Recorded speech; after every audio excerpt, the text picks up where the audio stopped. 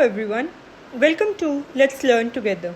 Here I share my notes and brief explanations of various topics centered around geography and its other subdisciplines. You can find different sections of various subdisciplines in the playlist of the channel. If you are new to this channel, then do subscribe and support us by sharing your valuable feedback. You can also connect to us through YouTube, Facebook, or Instagram under the handle Let's Learn Together. Hello everyone, welcome back to new video. And आज हम बात करेंगे class 9 के geography का chapter 1 जो है India, it's size and location के बारे में। इस चैप्टर में हम डिस्कस करेंगे कि इंडिया की ग्लोबल पोजीशनिंग क्या है, ग्लोबली इंडिया मैप पर कहाँ लाई करता है, उसका साइज क्या है, उसका लैटिट्यूड, लॉन्गिट्यूड, ये सारी चीज़ें आज हम डिस्कस करने वाले हैं। सबसे पहले बात करते हैं इंडिया की लोकेशन के बारे में। India completely entirely northern hemisphere में लाई करता है। इसका क्या मतलब हुआ कि इंडिया इक्वेटर से ऊपर लाई करता है। इंडिया का जो पूरा एरिया है वो इक्वेटर के ऊपर की तरफ है। लैटिट्यूडनल एक्सटेंट की बात करें तो 8 degree 4 minutes north to 37 degree 6 minutes north के बीच में इंडिया लाई करता है। लॉन्गिट्यूड की बात करें तो 68 degree 7 minutes east to 97 degree 25 minutes east के बीच इंडिया लाई करता है। अब इंडिया की बीच से बिल्कुल एक ट्रॉपिक ऑफ कैंसर गुजरती है, जिसका जो लैटिट्यूड है वो है 28 डिग्री 30 मिनट्स नॉर्थ, एंड वो इंडिया को ऑलमोस्ट टू इक्वल पार्ट्स में डिवाइड करता है। यहाँ से ऐसे जो है होकर गुजरते हैं ट्रॉपिक ऑफ कैंसर। अब बात करें अगर साउथ साइड की, तो साउथ ईस्ट में लाई करता है बे ऑफ बंगाल, जिसमें इंडिया का आइलैंड अंडमान एंड निकोबार आता है। साउथ वेस्ट में है अरेबियन सी, जिसमें लक्षद्वीप आइलैंड है। इंडिया की ज्योग्राफिकल एरिया या उसके साइज की अगर हम बात करें तो एरिया वाइज इंडिया का जो साइज है वो 3.28 मिलियन स्क्वायर किलोमीटर का है। एंड वर्ल्ड में जितना भी लैंड एरिया है वर्ल्ड का, उसका 2.4% जो हिस्सा है वो इंडिया के का ही है। अच्छा, एरिया वाइज अब देखें तो इंडिया 7th लार्जेस्ट कंट्री है area wise world wide.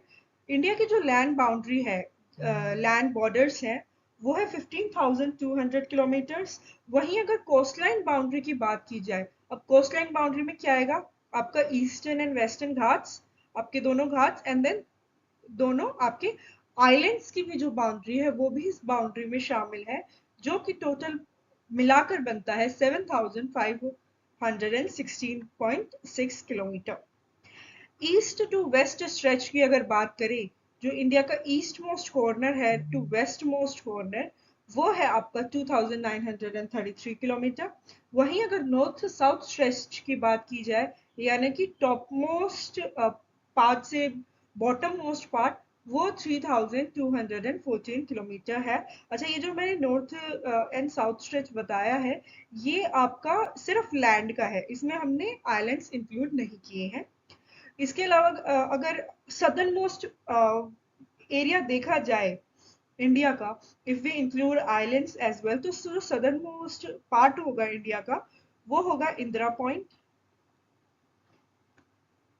Indira point के बारे में एक चीज जो जाननी जरूरी वो ये है कि 2004 में जब सुनामी आई थी, उस समय जो ये इंदिरा पॉइंट है, ये आपका ओशियन में सबमर्ज हो गया था।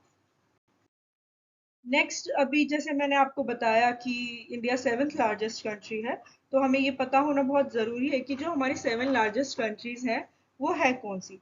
इसमें नंबर 1 पर आता है रशिया, जिसका जो एरिया है वो है 17.09 kilometre square, sorry square kilometre. Canada की बात करें तो नेक्स्ट कनाडा है। कनाडा का जो स्ट्रेच है वो है 9.98 स्क्वायर किलोमीटर। यूएसए की बात करें तो यूएसए का है 9.62 स्क्वायर किलोमीटर। उसके बाद आता है चाइना, जिसका एरिया है 9.59 kilometre. Then comes Brazil with 8.51 square kilometer, Australia with 7.69, and then comes India with 3.28 square kilometre. ये है हमारी 7 largest country in the world in terms of area, ये एरिया वाइज बात की गई है इधर, इस बात का प्लीज ध्यान रखिएगा। इसके बाद जो हमारे नेक्स्ट कुछ फीचर्स हैं इंडिया के बारे में जो जानने बहुत ज़रूरी हैं या हमें पता होना चाहिए उसके फिजियोग्राफी के रिगार्डिंग, तो ये है कि जो आपका इंडिया का जो टॉप पे north west region, north east region and north region है, वो कम्प्लीटली यंग फोल्ड माउंटेन से कवर्ड है। यंग फोल्ड माउंटेन्स ने बॉर्डर किया है इंडिया को इन तीनों डायरेक्शंस में। अब बात करें जब हम साउथ की तरफ आते हैं तो 22 डिग्री नॉर्थ लैटिट्यूड के बाद लैंड थोड़ा सा लड़खड़ा टेपर हो जाता है, ऊपर नीचे हो जाता है, एंड वो स्ट्रेच होता है आपके इंडियन ओशियन तक। अच्छा, अब हर देश की ना अपनी एक टाइम स्टैंडर्ड टाइम मेरिडियन होती है जिसके बिहाफ पे पूरी कंट्री का टाइम डिसाइड किया जाता है। तो जो इंडिया की स्टैंडर्ड टाइम मेरिडियन है वो है 82 डिग्री 30 ईस्ट लॉन्गिट्यूड, एंड ये पास होती है मिर्जापुर से जो कि आपका यूपी में है। अच्छा, अब इसी स्ट्रेच की वजह से क्या है, अरुणाचल प्रदेश से गुजरात की तरफ जब हम जाते हैं तो पूरे 2 घंटे का टाइम लैग दिखाई देता है, क्योंकि अरुणाचल में क्या होगा, 2 घंटे पहले सनराइज होगा, वहीं गुजरात में 2 घंटे बाद। पॉलिटिकल फाउंडेशन की अगर बात की जाए इंडिया की तो 28 स्टेट्स हैं एंड 8 यूनियन टेरिटरीज हैं इंडिया में। अब हम बात कर लेते हैं इंडिया के नेबर्स के बारे में, आजू बाजू जो देश हैं हमारी कंट्री में उनके बारे में बात कर लेते हैं। तो जिन कंट्रीज के साथ इंडिया लैंड बाउंड्रीज शेयर करती हैं वो है Pakistan, Afghanistan, China, Nepal, Bhutan, Myanmar and Bangladesh. इनके साथ लैंड बाउंड्री शेयर होती है, बट कुछ दो ऐसी भी कंट्रीज हैं जो इंडिया की नेबर है बट हम उनसे बाउंड्री शेयर नहीं करते। तो हमारे सदर्न नेबर्स हैं जो ओशियंस में आइलैंड नेशंस हैं, which is Sri Lanka and Maldives. अच्छा, अब ये जो श्रीलंका है ये इंडिया से सेपरेटेड है, इधर से ये इंडिया से सेपरेटेड है दो चैनल्स की मदद से। एक है आपका पाक स्ट्रेट, थोड़ा सा स्पेलिंग मिस्टेक है इधर, एंड गल्फ ऑफ मनर। ये दोनों जो आपके चैनल्स हैं वो इंडिया और श्रीलंका को सेपरेट करते हैं। इंडिया एंड द वर्ल्ड की बात करते हैं। अब इंडिया का वर्ल्ड में लोकेशन क्या है, क्या उसकी स्ट्रेटजी को बेनिफिट्स हमें मिलते हैं। तो सबसे पहले तो इंडियन जो कंट्री है वो एशियन कॉन्टिनेंट का साउथवर्ड एक्सटेंशन है, यानी कि जो एशिया कॉन्टिनेंट है उसका जो सदर्न मोस्ट पार्ट है वो इंडिया का है, इंडिया ने उसको स्ट्रेच किया हुआ है। इसी वजह से ये जो पूरा रीजन है ना जिसमें आसपास की कुछ फेलो कंट्रीज भी आती है, लाइक पाकिस्तान, पाकिस्तान एंड नेपाल, भूटान, बांग्लादेश, ये सारे रीजन बन के ना इनको एक दूसरा नाम दिया गया है विच इज इंडियन सब कॉन्टिनेंट, क्योंकि इंडिया मेजर है इन सब में एंड इंडिया ने ही जो एशिया का पार्ट है उसको इंडियन ओशन की तरफ स्ट्रेच किया है।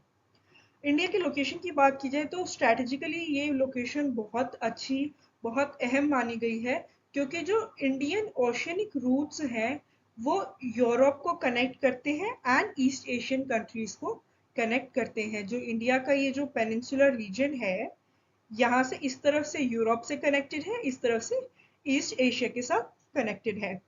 अच्छा, अभी जो डेक्कन प्लेट्यू का जो डेक्कन प्लेट्यू का एरिया है जो स्ट्रेच हो रखा है इंडियन ओशियन में, ये हमें और भी काफ़ी कॉन्टेक्ट्स बनाने में हेल्प करता है, चाहे वो वेस्ट एशियन रीजन हो, इधर अफ्रीकन रीजन हो, इधर ऊपर की तरफ जाए तो यूरोपियन रीजन हो एंड इस तरफ ईस्ट एशिया हो।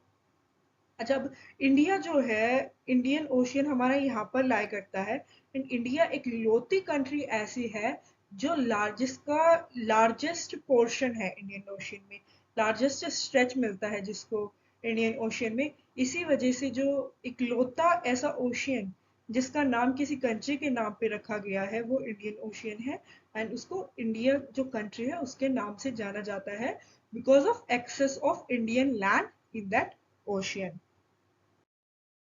अब इंडिया के अगर रिलेशन की बात करें वर्ल्ड के साथ, from ancient period with the help of routes, तो वह कैसे हुआ है कि पहले तो सी रूट्स इतना डेवलप्ड नहीं थे, माउंटेन पासिस थे उस समय, माउंटेन से लैंड से ही कम्युनिकेट किया जाता था, ट्रैवल किया जाता था। तो जो नॉर्दर्न साइड हमारे पास माउंटेन रेंजेस है उसमें पासेस बने होते थे जो ट्रैवलर्स को एक पैसेज देते थे ट्रैवल करने के लिए। अच्छा, अब इन पासेस का क्या फायदा हुआ, क्या बेनिफिट हुआ कि जो पुराने समय से आइडियाज एंड कमोडिटीज को एक्सचेंज करने में बहुत हेल्प किया है इन पासेस ने। जो हमारे इंडियन कल्चर के आइडियाज हैं, उपनिषद के, रामायण के, पंचतंत्र की कहानियां, Indian Indian numeral system, decimal system, ये सबका आइडिया वर्ल्ड तक पहुंचा है। उसके साथ साथ कुछ कमोडिटीज हैं जिनको इंडिया से एक्सपोर्ट किया गया पूरी वर्ल्ड वाइड, जो कि है spices, muslin and other merchandise. अच्छा, अब ऐसा नहीं था कि सिर्फ इंडिया से चीजें या आइडियाज गए थे, इंडिया में कुछ आए भी थे आइडियाज, लाइक ग्रीक स्कल्पचर का जो आइडिया है वो इंडिया तक पहुंचा था। फिर जो स्टाइल ऑफ डोम है, आर्किटेक्चरल स्टाइल ऑफ डोम, ये जो डोम बने होते हैं, डोम वाली जो बिल्डिंग्स होती है, इनका आइडिया भी इंडिया में आया है। एंड ये सारा पॉसिबल हुआ ट्रैवलर्स की मदद से जिनके पास माउंटेन पासेस का पैसेज था आने और जाने के लिए। अब कुछ यहाँ पे पॉइंट्स हैं इंडिया की लोकेशन से रिलेटेड या इंडिया से रिलेटेड जो हमें जानने बहुत ज़रूरी है। सबसे पहला ये कि इंडिपेंडेंस से पहले दो तरीके के स्टेट्स होते थे इंडिया में।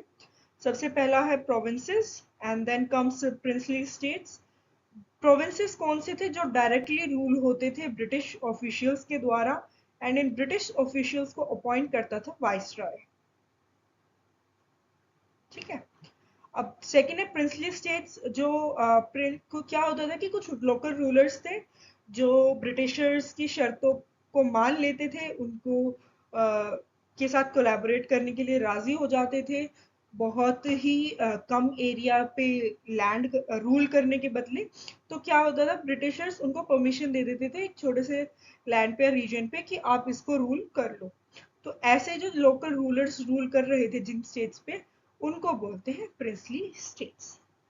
हमने इस चैप्टर में रूट्स की भी बात की है, तो वैसा ही एक सबसे फेमस सी रूट है स्विस कैनाल का, जिसको 1869 में डिस्कवर किया गया, बनाया गया। एंड इसका बेनिफिट क्या हुआ कि जब इंडिया से यूरोप और यूरोप से इंडिया आया जाता है, तो वो जो डिस्टेंस है, इस एक स्विस कैनाल ने उस डिस्टेंस को 7000 किलोमीटर से कम कर दिया था, का रास्ता घटा दिया था। Thank you, that's all for today. आज के लिए बस इतना ही, and soon I will be coming up with a new video. Till then, bye. Thank you for being part of this video, and if you liked it, do not forget to share it with your friends and family, and also subscribe to our channel and press the bell icon.